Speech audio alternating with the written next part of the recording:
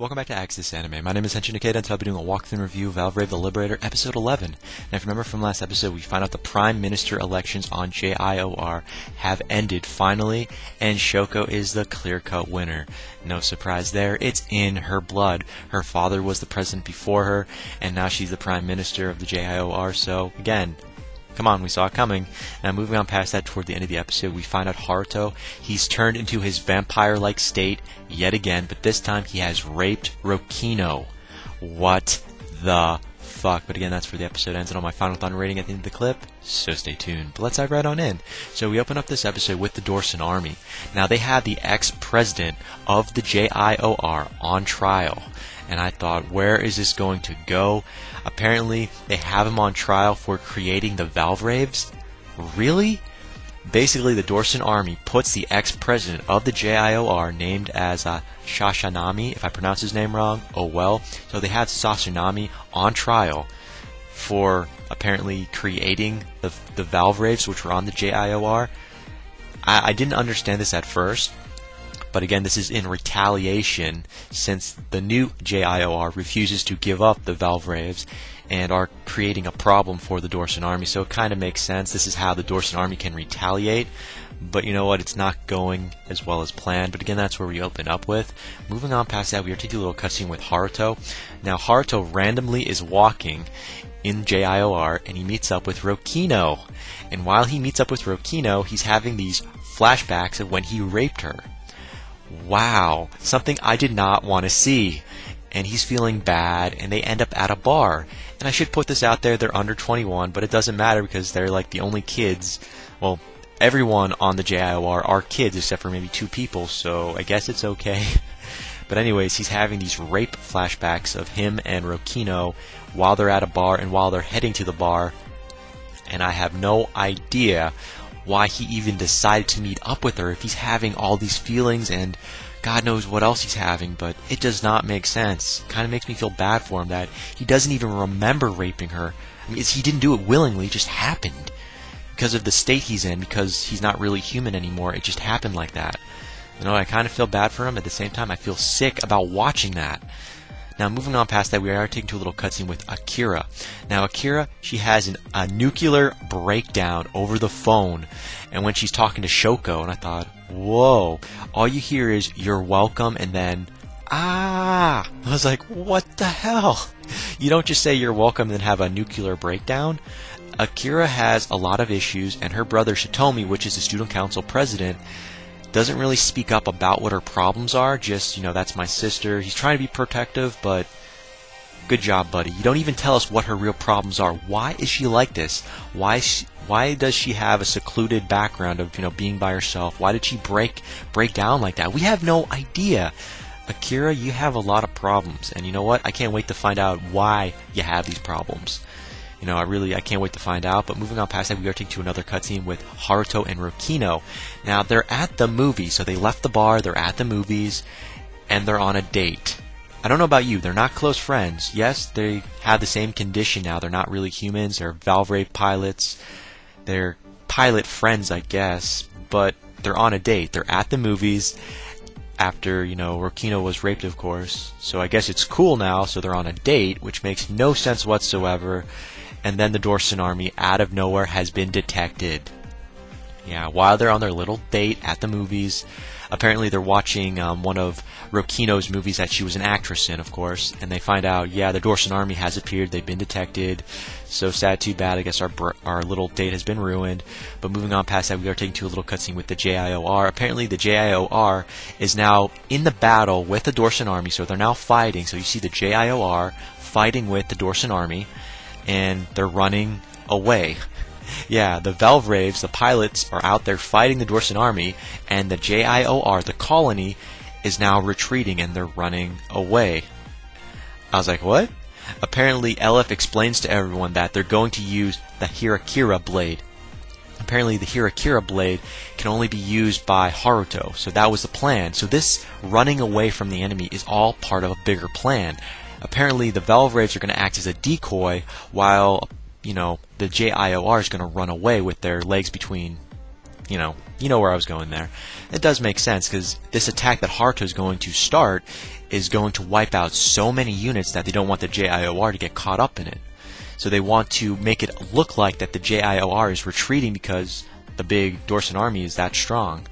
But it's all a lie. And I love where it's going. It's all part of a bigger plan. But moving on past that, we're taking a little cutscene with LF and Shoko. Apparently in the middle of this big strategy meetup, this whole battle that's going on, they walk out to talk with the Rear Admiral from the Dorsan Army, because apparently the Rear Admiral from the Dorsan Army contacts, the current Prime Minister of the JIOR, which happens to be Shoko. And then again, LF and Shoko, they leave to go to the Prime Minister's establishment, or in this case, residency, to talk in private while everyone else continues their battle. However, LF, he gives Satomi, which is again the president of the Student Council, directions and orders to handle the current battle at hand. So Satomi is now the puppet that belongs to LF, apparently. And I love that. So Satomi, you're now the bitch of the series to LF. Hey, I love it! However, LF and Shoko have now left the picture, and they're talking to their Rear Admiral of the Dorsan Army in private. And I really don't like where this is going, because apparently the Dorsan Army, or in this case the Dorsan military, their tribunal has now sentenced Shoko's father to death. And I thought, what the hell? Is this intimidation I'm seeing? I think the Dorsan Army is trying to intimidate the JIOR to surrender. And this is the best way they can do it, is by killing the current or the former president of the JIOR, and they're trying to intimidate the Prime Minister of the new JIOR, which is Shoko, to their demands. So it does kind of make sense. So far the Dorsan Military Tribunal has sentenced Shoko's father to death. So sad, too bad. However, LF, he has now tracked the signal which the Rear Admiral has. So apparently LF now knows the location of where the Rear Admiral is at, and apparently the Rear Admiral is located right in the center of the Dorsan Army while the battle is going on in outer space. And that means when Haruto commences his ultimate attack, yeah, that Rear Admiral's vessel is going to be hit in the process. That is a tragic ending for Shoko's father, but if you think about it, the Rear Admiral is also going to be taken out, and so will most of the Dorsan Army's forces, so this is definitely getting very epic right now, and I can't wait to see what's going to happen. But moving on past that, what is the deal? What does the Rear Admiral want from the new JIOR? What is he talking about with Shoko that he had to contact her in private to have a deal? What is this goddamn deal they were talking about? At first, I thought, okay, it makes sense. He wants the new JIOR to hand over all the Valvraves. That makes sense. That's what they're always after, the damn mechas, the Valvraves. Okay, but what does the new JIOR get out of this if they give up their mechas, their only means of defense? Oh, that's easy. The families that the Dorsan Army have, yeah, they'll have safe passage to any country or planet of, the new JIOR's choosing. Yeah, that's no-go. Shoko literally brushes that off, not going to happen.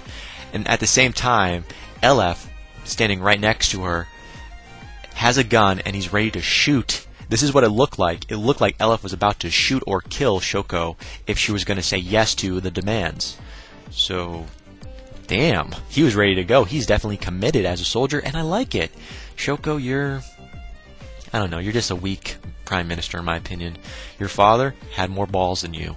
And I'll get to that in a minute, why he does. So moving on past that, we find out Shoko's father, he starts to speak up, even though he's been sentenced to death, and he's trying to show his support toward his daughter, which is now the new Prime Minister, the only love and affection he can at his last minutes of staying alive.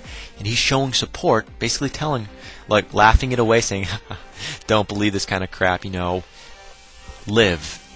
You are the future. Live. Don't cater to this kind of bullying, And this guy has a lot of balls. He's about to die. He's been sentenced to death. But he's seeing his daughter for the last time, and he's showing the only support he can by speaking up and laughing about what's currently happening. And damn. Now, at the same time, Haruto, who's also initiating in battle against the Dorsan Army in his mecha, known as a Valvrave, he uses his special attack, I call it the H-Blade, because I'm not going to keep saying the name, his H-Blade technique on the Dorsan Army. And guess what, fans? 74% of the Dorsan fleet, or in this case the Dorsan Army, have been destroyed. So 74% of the Dorsan Army's fleet has been destroyed. And Shoko's dad, in the process with the Rear Admiral, has been terminated. They've been caught into it since they were in the center. They're now dead. And I thought, damn. Now how is Shoko going to look at Haruto from here on out, knowing that Haruto is the one that killed her father? Apparently she's handling it somewhat pretty well, but she's still crying regardless. Now, we're not done yet, because you know what? The JIOR is now being attacked from underneath them. So right underneath the JIOR, they're being attacked by the Dorsan army, another part of the Dorsan army. So apparently, underneath the colonel's command, he knew this was going to be an ambush, and he was prepared for it, so he had a backup plan. Apparently, the Rear Admiral did not know anything about this, but you know what? He's dead now, so who the hell cares? But the JIOR is not out of it yet, and Satomi is freaking out because this is not part of LF's plan. Everything that LF wrote down on a piece of paper hasn't been covered if the Dorsan army was going to attack from underneath them. So the new JIOR is now fucked. Now, at the end of the episode, this is the biggest thing that could have happened other than seeing Shoko's father die by Haruto's hands. Haruto, he asked Rokino to marry him, and that's where the episode ends. As for final thoughts, wow, this was one hell of an episode. Well, first off, where does Haruto get off asking Rokino to marry him? He raped her. Not willingly, it wasn't under his control, he transformed, he didn't have any say in it. But seriously? What is Rokino gonna say? Fuck no, or, my prince, dude raped you. Even though it wasn't his choice, he raped you. And then he asked to marry you? Why, do you think he got her pregnant? Is this out of pity? And what about Shoko? What does she have to say about this? We really don't know.